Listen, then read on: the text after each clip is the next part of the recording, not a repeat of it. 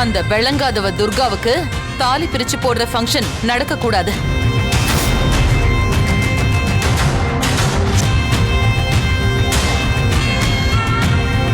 அக்கா, குறுக்கு எதுவும் பேசாத. நான் சொல்றத முழுசா கேளு.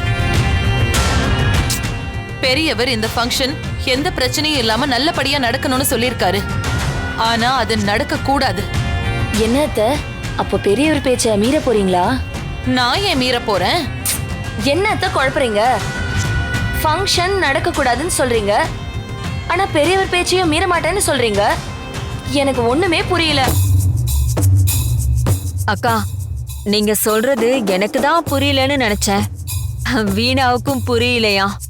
கொஞ்சம் புரியுற மாதிரி உன் மனசுல இருக்கிறத செதர் தேங்காய் உடைக்கிற மாதிரி பட்டுன்னு சொல்லிடுக்கா. நல்லா நடக்க வேண்டிய ஃபங்க்ஷனை அந்த விளங்காத துர்காவை வச்சே நாசம் பண்ண வைக்க போறேன். பண்றது நாம, பலிகடா அந்த குப்பமேட்டுக்காரி. அக்கா, இப்ப கூட லைட்டா தான்க்கா புரியுது. இவ ஒருத்தி தாலி பெருக்கி போடுற ஃபங்க்ஷன்ல அந்த துர்கா எந்த விஷயத்தையும் உருப்படியா செய்யக்கூடாது.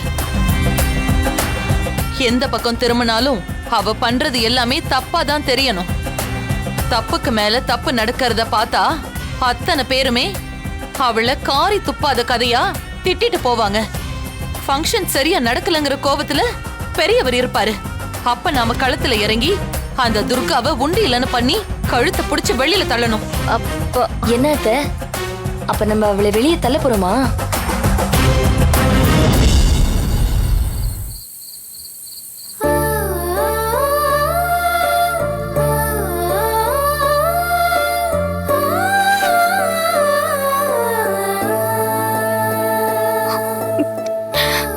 துர்கா, என்ன ஆச்சு?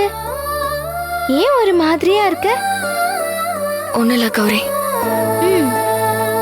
அகத்தின் அழகு முகத்தில் தெரியும்னு சொல்லுவாங்க. நீ ஒண்ணும் இல்லைன்னு சொன்னா நான் அப்படியே நம்பிடுவேனா? சொல்லு, ஏன் ஒரு மாதிரி இருக்க?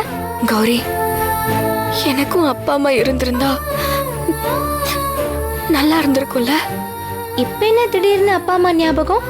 சும்மா தோணுச்சு, சொன்னேன். மனசுல இருக்கிறது வாய் வரைக்கும் வந்துருச்சுல்ல, அப்புறம் எதுக்கு சும்மா தோணுச்சு சொன்னேன்னு ஒரு மலுப்பல? துர்கா, நீ எதை நினைச்சு ஃபீல் பண்றேன்னு எனக்கு இப்பவே தெரிஞ்சாகணும்.